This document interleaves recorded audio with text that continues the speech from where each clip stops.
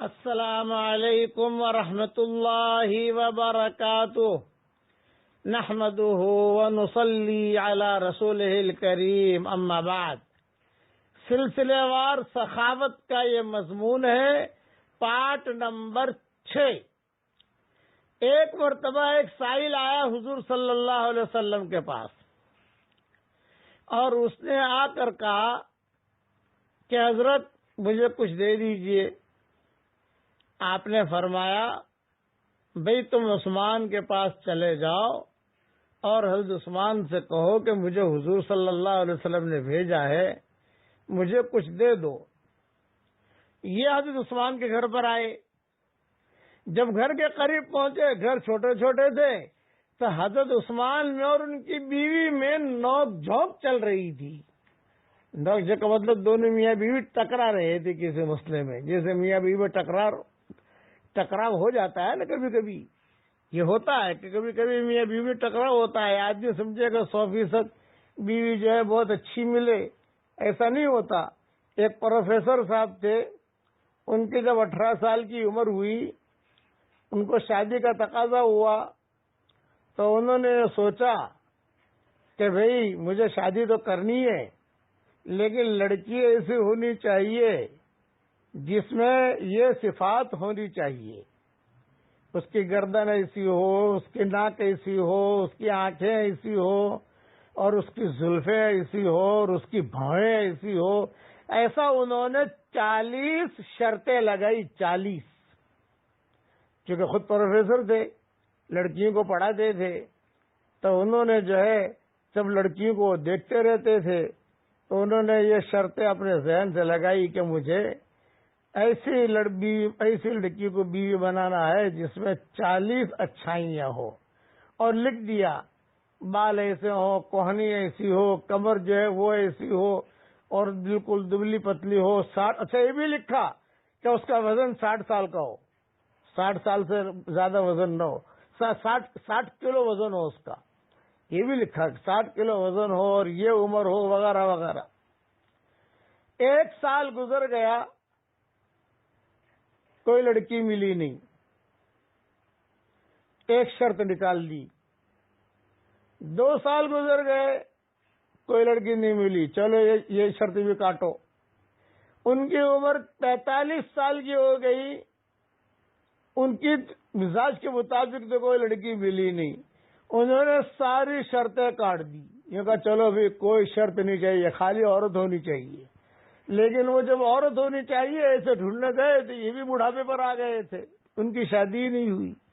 تو آدمی یہ سمجھے کہ مجھے 100% صحیح لڑکی ملے یا صحیح شوہر ملے، یہ نہیں ہوگا۔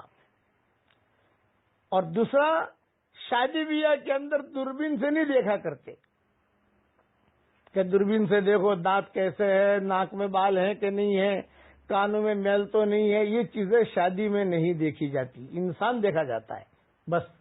اور پھر بھی کبھی کبھار انبن ہوتی ہے۔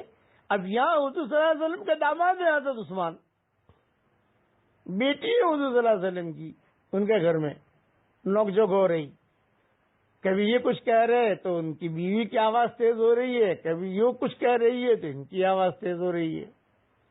وہ صحابی، اچھا نوک جھوک کس بات پر ہو رہی تھی؟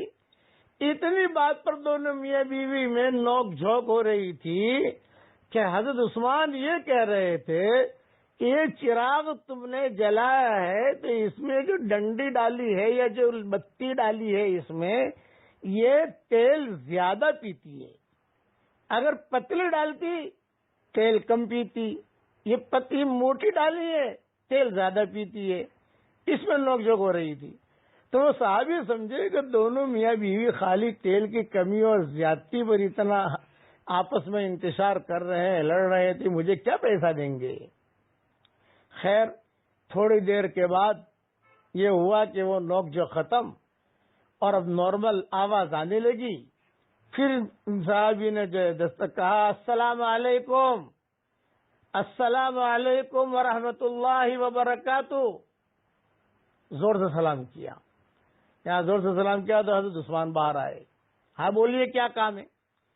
یہ کہا حضور ایک جملہ کہا، انی رسول اللہ علیکم، میں اللہ کا رسول کا بھیجا ہوا ہوں تمہارے پاس، مجھے کچھ دے دو۔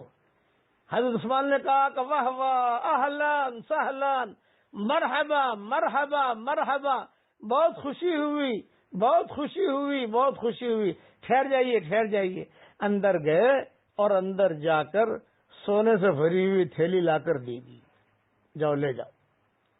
تو صاحب نے کھڑے ہو کر پوچھا، یوں کہا کہ بھائی معاف کرنا، آپ دونوں میاں بیوی کی بات میں نے سنی تھی، ایک معمولی تیل کی کمی اور زیادتی پر تم دونوں جو ہے بحث کر رہے تھے، تو میرے دل میں بدگمانی ہوئی کہ آپ مجھے کیا دو گے؟ تو وہاں تو میاں بیوی میں اتنی معمولی سی چیز میں نوک جھوک ہو رہی تھی، اور یہاں اپنے سونے سے بھری ہوئی تھیلی دے دی، کیا ماجرا ہے؟ حضرت عثمان نے جواب دیا کہ دیکھو، اپنی ضرورت پر ہم کم سے کم لگاتے ہیں اور دوسروں کو ضرورت پر دل کھول کے لگاتے ہیں، اور تم کو میں نے جو دیا ہے تو تمہارے ہاتھ میں بعد میں گیا ہے، اللہ کے ہاتھ میں پہلے پہنچا ہے، اب یہ اللہ کے یہاں سے میں اس کا بدلہ لوں گا۔ یہ ہے اپنے ضرورتوں پر کم سے کم، دوسروں کی ضرورتوں پر زیادہ سے زیادہ، اس چیز کا خیال رکھیے گا۔ اب اسے بقیہ تفصیل انشاءاللہ کل بھی عرض کروں گا۔ اب پڑھ لیجئے میرے ساتھ، ایاک نعبد و ایاک نستعین، ایاک نعبد و ایاک نستعین، یہ پڑھتے رہنا چاہیے۔ علماء نے لکھا ہے جو بہت پریشان حال ہو، عشاء کی نماز کے بعد 100 مرتبہ اس کو پڑھ کر دعا مانگے گا تو اللہ اس کی دعا قبول کرے گا۔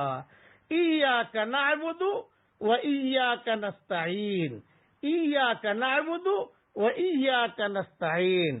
اللہ تعالی ہم سب کی پریشانیوں کو دور فرمائے اور ہمیں زیادہ سے زیادہ اللہ کے راستے میں خرچ کرنے کی اللہ ہمیں توفیق عطا فرمائے، آمین۔ السلام علیکم ورحمۃ اللہ وبرکاتہ، وآخر دعوانا ان الحمد للہ۔